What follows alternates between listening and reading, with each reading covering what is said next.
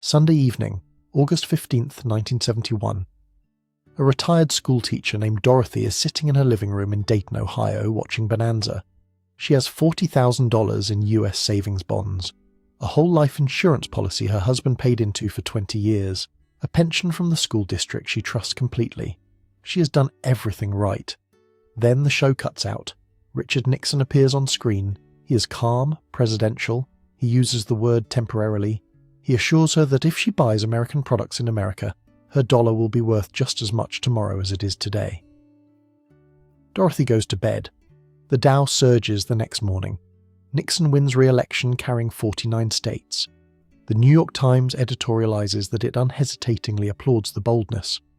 Over the next 9 years, Dorothy's savings bonds lose 53 cents of purchasing power on every dollar. Her pension, denominated in dollars, buys less each year than the year before. The whole life policy becomes one of the worst performing financial instruments in America. She did not make a single bad decision. She followed every rule. The rules were quietly rewritten while she was watching television. The question most people ask about the 1970s is, what caused the inflation? That is the wrong question. The right question, the one with direct implications for right now, is this. When every major currency on Earth is failing simultaneously, when there is no safe foreign currency to escape into, where do you go? That situation existed once in modern history. Exactly once. And the documented answer is not what most people expect. The official story says the 1970s was an American inflation problem, a stagflation episode, a Carter-era malfunction that Paul Volcker eventually fixed. The forensic record tells a completely different story.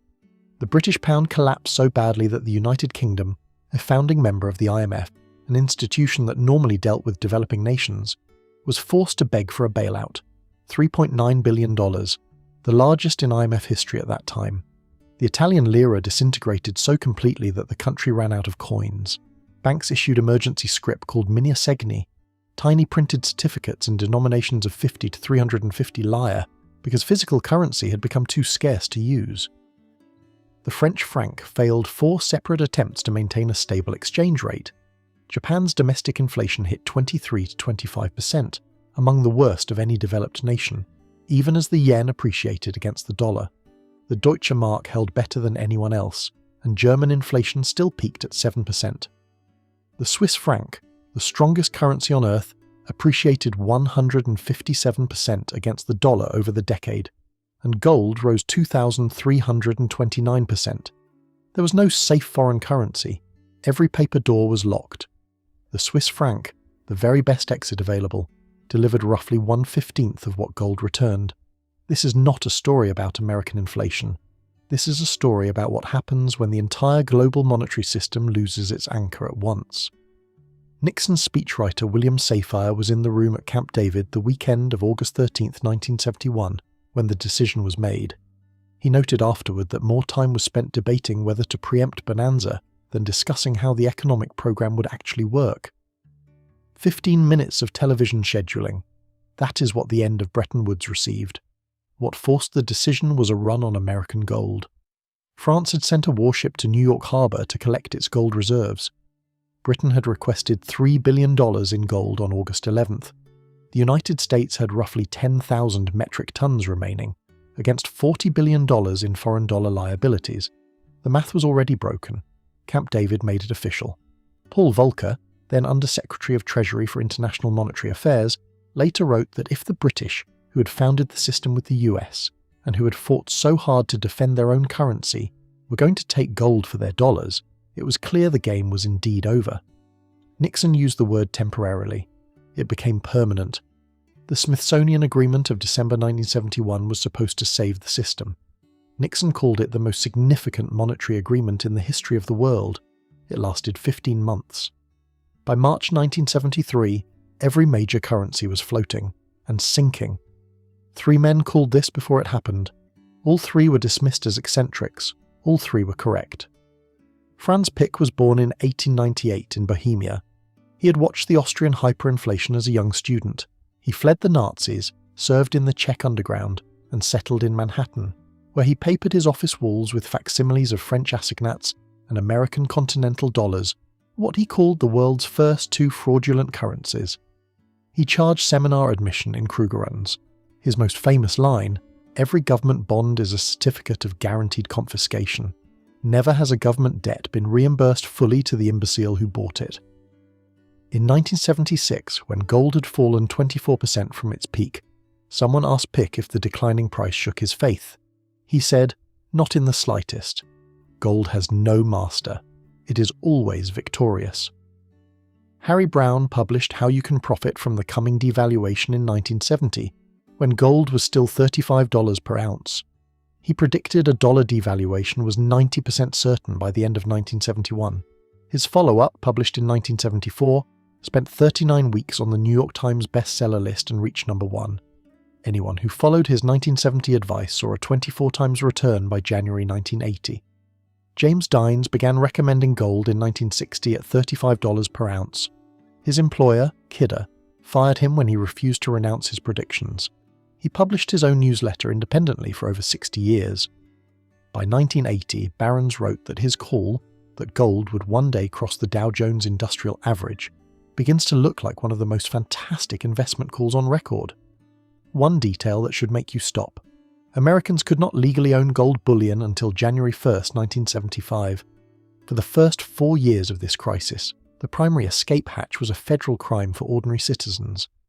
The workarounds were gold mining stocks, Swiss bank accounts, and pre-1933 numismatic coins. By the time Americans could legally buy physical gold, the price had already tripled. The government made it illegal to protect yourself during precisely the years when protection was most needed. Now, the forensic record. What actually worked? The first was physical gold. Not paper claims on gold, not gold funds, physical metal. Gold closed 1971 at $44.60 per ounce. By end of 1973, it had crossed $100 and never returned below it. In 1979 alone, it ran from $233, breaching $300 in July, $400 in October, $500 in November, and $600 on New Year's Day 1980. On January 21, 1980, the London PM Fix recorded $850 per ounce, a 24 times multiple in 8.5 years. The second was real estate with fixed-rate debt. The mechanism is counterintuitive. Inflation erodes the real value of fixed debt. A homeowner who borrowed $100,000 at a fixed rate in 1971 was effectively repaying that loan with dollars worth 53 cents by 1980. Inflation was destroying the debt on their behalf, while the underlying property held its real value. The third was commodities broadly: oil, agriculture, raw materials, anything with physical scarcity that could not be printed. Art specifically. Documented records show average annual appreciation of 33.2% from 1973 to 1981. The fourth, the Swiss franc. Partial credit only, and this is critical. The franc appreciated 157% against the dollar over the decade, a real documented meaningful hedge, also 1/15 of what gold returned. The best currency on earth was not even close. Now what went to zero? Savings accounts capped by Regulation Q at 5.25% while inflation ran 7 to 14%. A person who deposited $100,000 in 1971 accumulated roughly $158,000 in nominal terms by 1980. That $158,000 bought approximately $77,000 worth of goods in 1971 purchasing power. They lost nearly a quarter of their real wealth while believing they were earning interest. Long-term Treasury bonds, negative 3.43% annual real returns throughout the decade. The worst performance in a 40-year bond bear market. Annuities, whole life insurance, any fixed nominal payment denominated in dollars, Dorothy's savings bonds, Dorothy's pension, Dorothy's whole life policy. She held claims on institutions that were quietly inflating those claims away. Paul Volcker was sworn in as Fed chairman on August 6, 1979. He was 6 feet 7 inches tall. He smoked cheap cigars. He took a pay cut from $110,000 to $57,500 for the job. On October 6, 1979, the Saturday before Columbus Day, he called a secret, unscheduled emergency meeting of the Federal Open Market Committee. He announced the Fed would stop targeting the federal funds rate and instead target the money supply directly, letting interest rates go wherever they needed to go. The rate climbed past 17% in April 1980. It hit 20% by late 1980. Mortgage rates peaked at 18.63% in October 1981. Angry farmers blockaded the Federal Reserve with tractors. Car dealers mailed coffins containing car keys to Volcker's office. Home builders mailed bricks with postage stamps attached. Volcker received death threats and required Secret Service protection. Gold peaked on January 21, 1980, 5.5 months after Volcker's appointment. 1. Gold peaks when people lose faith in all institutions simultaneously. Gold crashes when one institution credibly commits to restoring order at any cost. The 1970s did not end through market forces or international cooperation. It ended because one man was willing to cause 2 recessions and 10.8% unemployment to break inflationary psychology. The open question for today, at 121% debt to GDP, with $1 trillion in annual interest payments now exceeding defense spending, could any modern central banker do what Volcker did? Central banks purchased over 1,000 tons of gold in each of 2022, 2023, and 2024, 3 consecutive record years, more than double the prior decade's average. Gold hit $5,602 on January 28, 2026. The institutions that manage the monetary system are hedging against their own potential failure. That is not a fringe position.